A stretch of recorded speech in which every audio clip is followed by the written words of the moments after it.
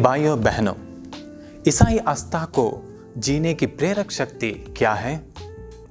क्या हमें मसीह को निकट बढ़ने के लिए मार्गदर्शन करती है?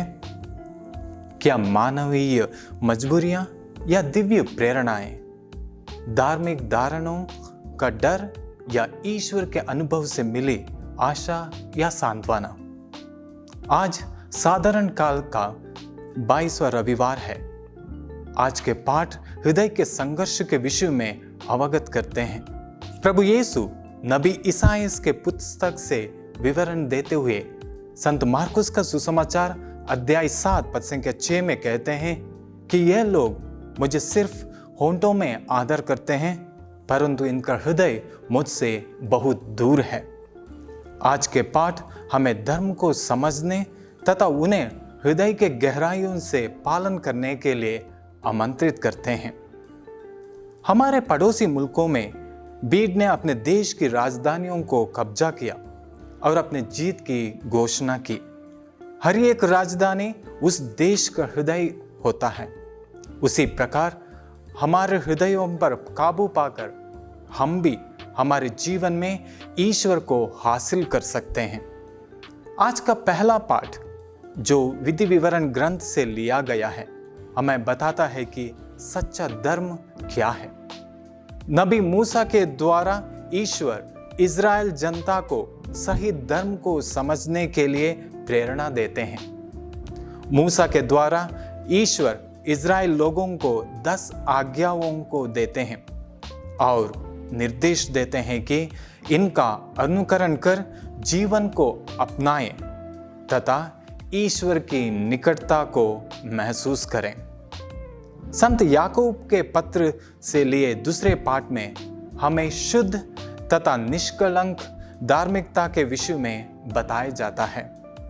अनाथ और विधवाओं को मुलाकात करना या गरीब और दरिद्रों का सेवा करना ही सच्चा धर्म है। ईश्वर के वचन को सुनना और हमारे हृदय में उनको संजाए रखने के लिए ईश्वर हमें निमंत्रण देते हैं। हम अपने धर्म के प्रति कितने वफादार हैं तथा हम अपने धर्म के मर्म को कितना समझते हैं, इस पर मनन चिंतन करना है। आज के सुसमाचार में प्रभु यीशु हमें धर्म के विषय में बताते हैं। उनका कहना है कि हम ईश्वर तथा उसकी प्रजा को शुद्ध तथा पवित्र दिल से सेवा करें।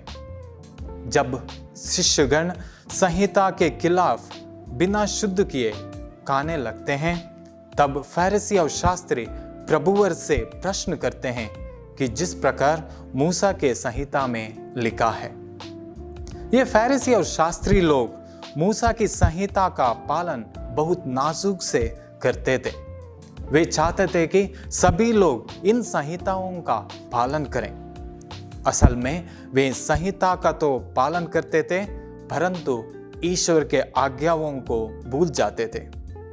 आज्ञाओं का पालन करने का अर्थ है कि निर्मल हृदय से ईश्वर की और अपने भाई बहनों की सेवा करना है। दूसरों के प्रति दया और अनुकंपा से जीना है, जैसे हम ईश्वर का अपने दिल में अनुभव करते हैं।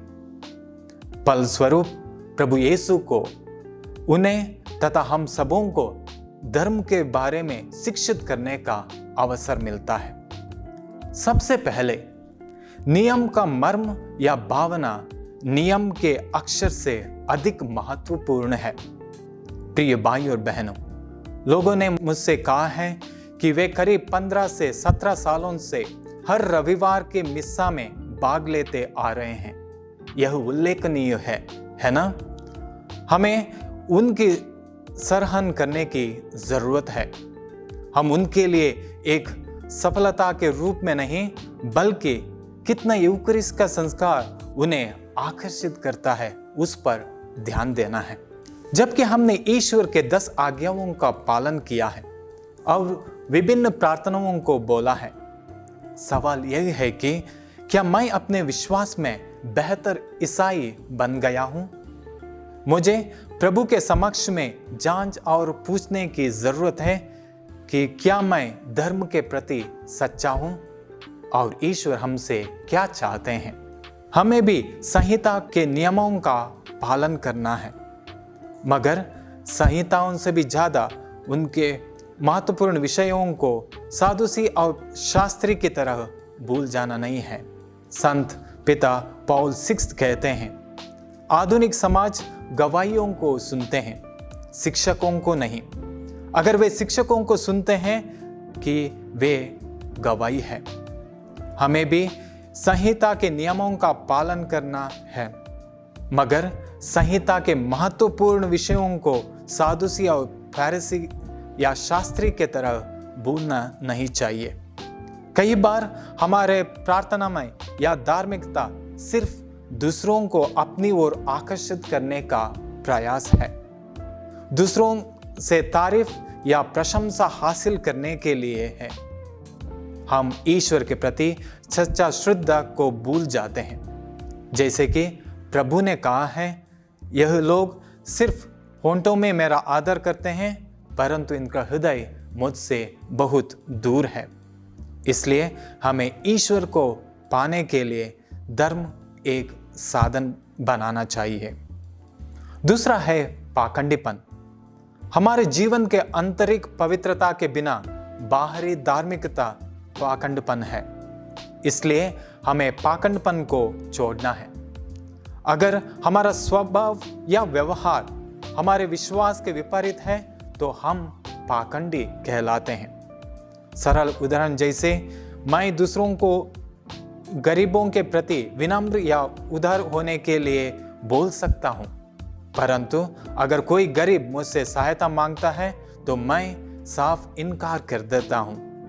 इसलिए हम जो बोलते हैं उसे अमल करने का प्रयास भी करना चाहिए। हमें आंतरिक जीवन भी पवित्र रखना है ताकि हम अपने हृदय और मन में ईश्वर के प्रति वफादार रहें। हमें ईश्वर के आज्ञाओं का पालन करना है। जब ईश्वर के प्रति आज्ञाकारी बनते समय हमें न्यायाधीश की तरह दूसरों की कमियों को ना निकालें, अभियोग ना लगाएं। जैसे मत्ती का सुसमाचार अध्याय 18 पद संख्या 15 कहता है, हम अपने भाईचारा और जिम्मेदारी के साथ अपना प्यार और उदारता को प्रकट करें। त्यागदिशादन कहते हैं कि हम सब आध्यात्मिक प्राणी हैं, मानवीय अनुभव के साथ इस संसार में जीते हैं। अंत में जब हम ईश्वर के आज्ञाओं का पालन करते समय प्रभु का वादा यह है कि हम जीवित रहेंगे। जीवित रहने का अर्थ है कि हम प्रचुर मात्रा में ईश्वर का आशीर्वाद, आनंद और शांति को अनुभव करते हैं। हम प्रार्थना करें कि हम धर्म को दिल से पालन करें ताकि ईश्वर को प्रसन्न कर सकें। प्रिय भाइयों और बहनों, हम जीवन में क्या चाहते हैं? स्तोत्र ग्रंथ कहता है, ईश्वर की संहिता जिनके हृदय में है उनके पांव कभी डगमगाते नहीं। इसलिए हम दुआ करें, सच्चे धर्म को अपनाएं और उसके नियमों का पालन करें ताकि हम ईश्वर को अपने जीवन में अनुभव कर सकें। आमीन।